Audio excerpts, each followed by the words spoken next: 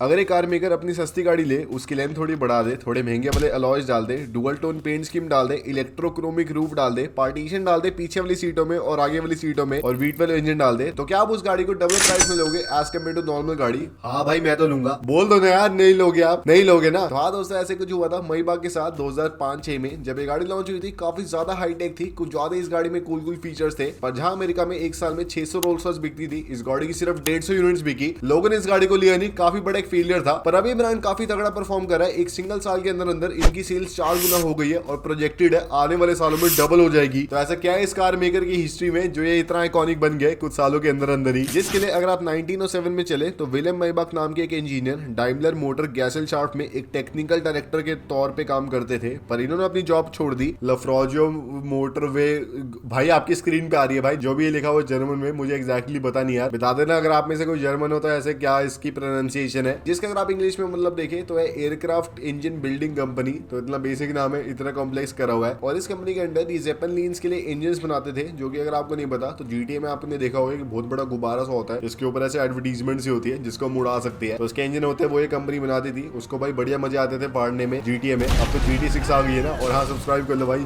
GTA 6 के update के लिए। भाई उसका क्या ही अपडेट मिलेगा, पर तब भी सब्सक्राइब कर लो। और फिर आने वाले सालों में इन्हें कार्स का बहुत ही बड़ा शौक चढ़ा और इसलिए 1919 में ये पहली अपनी एक्सपेरिमेंटल गाड़ी को शोकेस करते हैं, जो कि ऐसे कोई बहुत ही प्रोडक्शन स्पेक गाड़ी नहीं होती, बस इनका एक शौक होता है जो कि पूरा करते हैं। पर फिर 1921 में ये अपनी मईबाग 2770 हॉर्स पावर को अनवील करते हैं, जो कि एक 5 मीटर लंबी गाड़ी होती है, जिसमें आपको चारों पहियों में सेपरेट ब्रेक्स मिलती थी। उस टाइम काफी बड़ी बात थी। साथ ही में आपको कस्टमाइजेबल वुडन इनलेस मिलते थे और कस्टमाइजेबल वुडन कंपार्टमेंट्स मिलते थे, जिससे आप बढ़िया अपनी गाड़ी को कस्टमाइज कर सकते हैं। पर इस गाड़ी का प्राइस बहुत ही महंगा था, सिर्फ इसकी 300 यूनिट्स बिकी 6 सालों के अंदर अंदर। और फिर सेकेंड वर्ल्ड वॉर शुरू हो गई, जिसकी वजह से मईबाग नाजी जर्मनी आर्मी को उनकी पैंजर 1, 2, 3, 4, 5 टाइगर 1, 2 जो उनके टैंक्स थे उनके इंजन सप्लाई करना शुरू हो गए। बढ़िया काफी अच्छे पैसे कमा रहे थे। पर क्योंकि जर्मनी एक वॉर में थी तो जर्मनी के ऊपर भी काफी सारे बॉम्ब्स फूट रहे थे, और जहाँ पे इनकी फैक्ट्री थी वहीं पे एक बॉम्ब फूट गया, इनकी पूरी फैक्ट्री डिस्ट्रॉय हो गई। पूरी फैक्ट्री में कुछ भी अब प्रोड्यूस हो नहीं सकता था, एकदम बेस लेवल पे आ गए जहाँ से इन्होंने स्टार्ट किया था। अब वर्ल्ड वॉर 2 तो एंड हो जाती है, पर इनकी फैक्ट्री अभी भी खंडरी बन के रह जाती है। ये काफी कोशिश करते हैं अपनी फैक्ट्री को दोबारा रनिंग में लाने में, पर अभी भी अपनी कार प्रोडक्शन वाले बिजनेस को ये रनिंग में ला नहीं पाते और कंपनी लॉसेस फेस करना शुरू हो जाती है। और इसलिए फिर 1960 में डाइमलर बेंज इस कंपनी को एक्वायर कर लेते हैं और अपनी W116 S क्लास में अपग्रेड करके बेचने में, जिसमें कंपनी उनकी ये दोनों कार्स लेती थी, मतलब इनकी S क्लास लेती थी उस टाइम की, उसके इंटीरियर में थोड़े बहुत अपग्रेड्स करके उसको बेचती थी। मईबाग का उसका नाम आता था सामने और बढ़िया भाई लोगों को लगता था वाओ वेरी प्रीमियम गाड़ी। पर ये भी काफी एक नीच प्रोडक्ट था, सिर्फ जर्मन ही जानते थे इसके बारे में, उसके बाहर कोई भी इसके बारे में जानता नहीं था। पर फिर दोस्तों 1997 में मर्सिडीज अपना मईबाग कंसेप्ट अनवील करते हैं टोक्यो मोटर शो में। इस टाइम इकोनॉमी काफी बढ़िया चल रही होती है, हर एक कार मेकर महंगी से महंगी गाड़ी का लॉन्च करने का सोचता है, जैसे अभी सोच रहे हैं। अभी इकोनॉमी अपर मिडिल क्लास के लिए काफी अच्छी है, नॉर्मल लोगों के लिए अच्छी नहीं है। इस गाड़ी में आपको काफी अलग सी लुक्स मिलती है, जो कि होती तो एस क्लास जैसी ही है, पर उससे काफी ज्यादा लंबी होती है गाड़ी, काफी ज्यादा चौड़ी होती है। इसमें आपको सीमलेस सामने के और पीछे की लाइट्स मिलती है, एकदम वेल इंटीग्रेटेड होती है पूरी बॉडी से। डुअल टोन पेंट स्कीम मिलती है, बड़े बड़े आपको लॉयस मिलते हैं। पीछे का दरवाजा कुछ ज्यादा आपको लंबा मिलता है। इंटीरियर में आपको पार्टीशन मिलता है सामने वाली सीटों में और पीछे वाली सीटों में। बीच में आपको बड़ी सी स्क्रीन मिलती है जिसमें आप कारवासल की वीडियोस देख सकते हैं। पीछे के पैसेंजर्स के लिए भी आपको सेपरेट सीट्स मिलती है, जिसमें आप अगर आपको स्टॉक्स देखने आप देख सकते हैं। और बताना भाई अगर आप लोग स्टॉक्स में इन्वेस्ट करते हो, मेरे तो भाई पिट गए स्टॉक्स। मैं बताऊंगा नहीं कौन सी कंपनी में मेरे स्टॉक थे, पर भाई बड़े बुरा हाल हो चुका है स्टॉक्स का। एक स्टॉक का बुरा हाल हो गया, वैसे मतलब सारों का नहीं होगा ऑब्वियसली। साथ में आपको पीछे रिक्लाइनेबल सीट्स मिलती है। छत में आपको इलेक्ट्रोक्रोमिक रूफ मिलती है, जो कि एकदम नया कंसेप्ट होता है। और आपको टेलीफोन वगैरह भी सारे मिलते हैं, जिससे अगर आपको गाड़ी के अंदर कॉल करना आप कर सकते हैं। ये गाड़ी का कंसेप्ट काफी ऐसे पॉपुलराइज होता है। और फिर 2002 में मर्सिडीज अपनी एक गाड़ी को क्वीन एलिजाबेथ 2 शिप पे रखते हैं। वो शिप लंदन से स्टार्ट होती है चलना और न्यूयॉर्क के पोर्ट पे आती है। न्यूयॉर्क के पोर्ट पे आने के बाद एक हेलीकॉप्टर इस गाड़ी को पिक करता है और रोड पे रखता है। ये गाड़ी रोड पे चलते चलते फिर लॉन्च इवेंट में आती है और ऑफिशियली फिर मर्सिडीज अपनी मईबाग 57 और 62 को अनवील करते हैं। 57 का प्राइस होता है $3,67,000 का, 62 का प्राइस होता है $4,31,000 का। दोनों में आपको 5.5 लीटर का V12 इंजन मिलता है। लेकिन 57 का मतलब होता है कि इस गाड़ी की लेंथ है 5.7 मीटर की, 62 का मतलब होता है गाड़ी की लेंथ है 6.2 मीटर की। और सारी जो एडिशनल लेंथ आपको 6.2 मीटर की मिलती है 62 में, वो इसके पीछे वाले दरवाजे में मिलती है, जो कि कुछ ज्यादा बड़ा है। सामने आपको काफी कुछ एस क्लास वाली लुक्स मिलती है, जो कि रिजेंबल करती भी है, नहीं भी करती, लेकिन आपको काफी बड़ी ग्रिल मिलती है, आपको काफी बड़ी लाइट्स मिलती है। साइड में आपको डुअल टोन पेंट्स की मिलती है, बड़े बड़े काफी एलिगेंट अलॉयज मिलते हैं। पीछे आपको कनेक्टेड लाइट्स मिलती है। इंटीरियर में आपको कुछ ज्यादा स्पेस मिलती है। छत में ऐसी इलेक्ट्रोक्रोमिक रूफ मिलती है, जो कि आपने रोल्स रॉयस में भी ना देखी हो। पीछे की दोनों सीटों में आपको इतने सारे ऑप्शंस मिलते हैं, हीटिंग के, वेंटिलेशन के, रिक्लाइनिंग के, जो कि शायद ही किसी गाड़ी में है।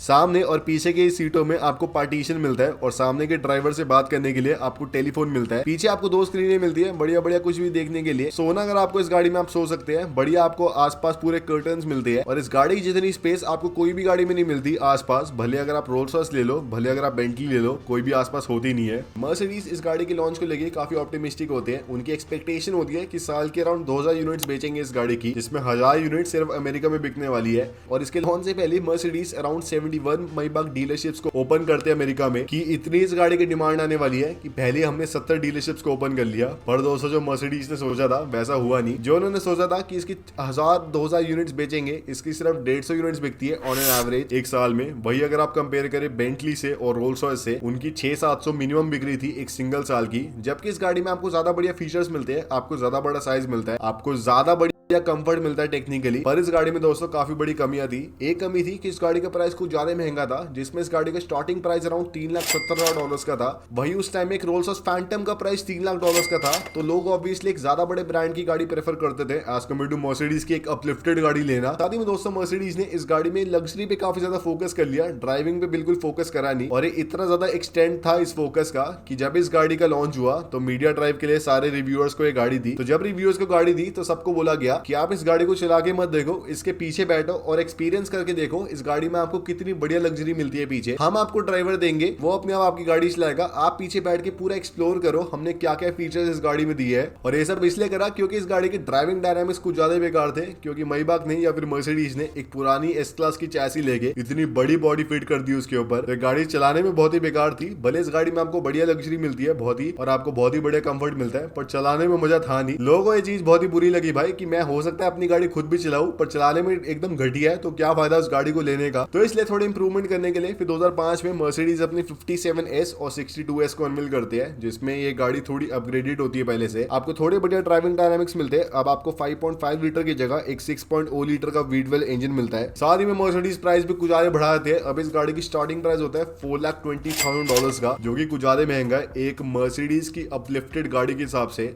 अभी भी इस गाड़ी की सेल्स को कुछ होता नहीं है, लेकिन मिडिल ईस्ट में मर्सिडीज बढ़िया शेख होगा पैसा निकालने के लिए। तो इसलिए मर्सिडीज 2007 में मिडिल ईस्ट में अपनी 62S लैंडोले को लॉन्च करते हैं, जो कि आपने डीजे खालिद की किसी वीडियो में देखी होगी, मुझे बहुत ही पसंद है। जिसमें एक 62S को लिया, पीछे की पूरी रूफ हटा दी, एक कपड़े की रूफ डाल दी, तो टेक्निकली पूरी गाड़ी ऊपर से खाली है। एक ऐसे कैब्रियोले कन्वर्टेबल वाली थीम आती है, जो कि आपने शायद ही किसी और गाड़ी में देखी हो। ऐसी फील किसी गाड़ी में नहीं आती, सिवाय की वो मायापुरी वाली गाड़ियां जो लोग काट देते हैं, छत उनकी काट देते हैं और बना देते हैं कन्वर्टेबल, वही वाली फील है। सोचो भाई, आप इस गाड़ी में बैठे हो और ऐसे मुकेश अंबानी मान लो बैठे हो इस गाड़ी में, कहीं चल रही है, ऐसे नारियल वाला आता है, 10 का नारियल ले लो, 10 का नारियल ले लो, पूरा सा देख रहा भाई मुकेश अंबानी कैसे बैठे हुए हैं गाड़ी के अंदर। थोड़ा अजीब है पर काफी कूल है। इसे डीजे खालिद ने लिया, सैमसंग के पहले वाले चेयरमैन ने लिया। मैं लेना चाहता था पर मेरे पास पैसे नहीं थे उस टाइम पे इतने ज्यादा, क्योंकि प्राइस इस गाड़ी का था $1.35 मिलियन का, कुछ ज्यादा महंगी थी ये। पर मर्सिडीज की अभी भी सेल्स होनी रही थी। फिर 2008 में फाइनेंशियल क्रैश आ गया, जिसमें ऐसी लग्जरी कार्स की डिमांड और ज्यादा डैम्पर ऑफ कर गई, मर्सिडीज की और ज्यादा कर गई, जिसमें एक साल में इनकी सिर्फ 40 यूनिट्स बिकी अमेरिका में।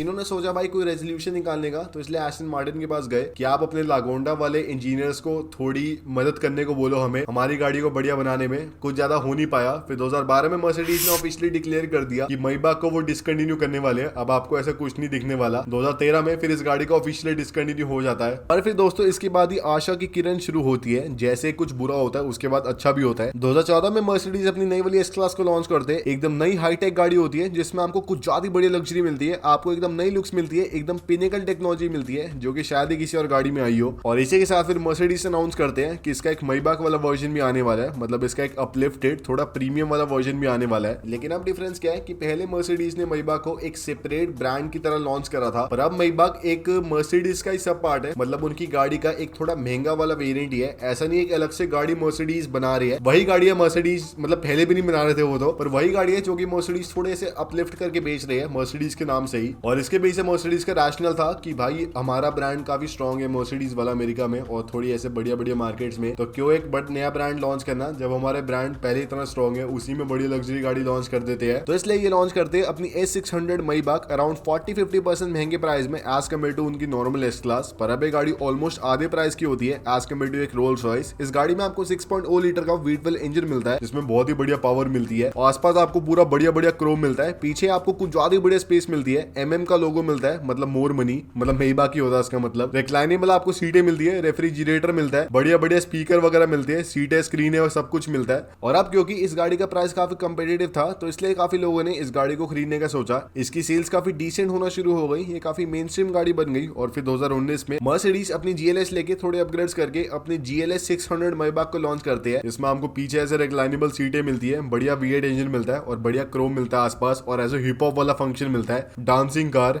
और इसके लॉन्च के बाद ही मर्सिडीज की सेल्स ऑलमोस्ट 5 गुना हो गई है उनकी मैबाक वाली डिवीजन की, और एक्सपेक्टेड है डबल हो जाएगी 2027 तक। और अगर आप देखें, आप मुझे बताना आप क्या प्रेफर करोगे, एक 3 करोड़ की मैबाक या फिर 4 करोड़ की बेंटली या फिर 6 करोड़ की रोल्स रॉयस। ऑब्वियसली प्रेफर तो रोल्स रॉयस ही करोगे, पर क्या आपको ज्यादा बढ़िया वैल्यू फॉर मनी लगता है? मुझे तो भाई अभी भी बेंटली काफी वैल्यू फॉर मनी लगती है as compare to Rolls Royce या फिर मैबाक।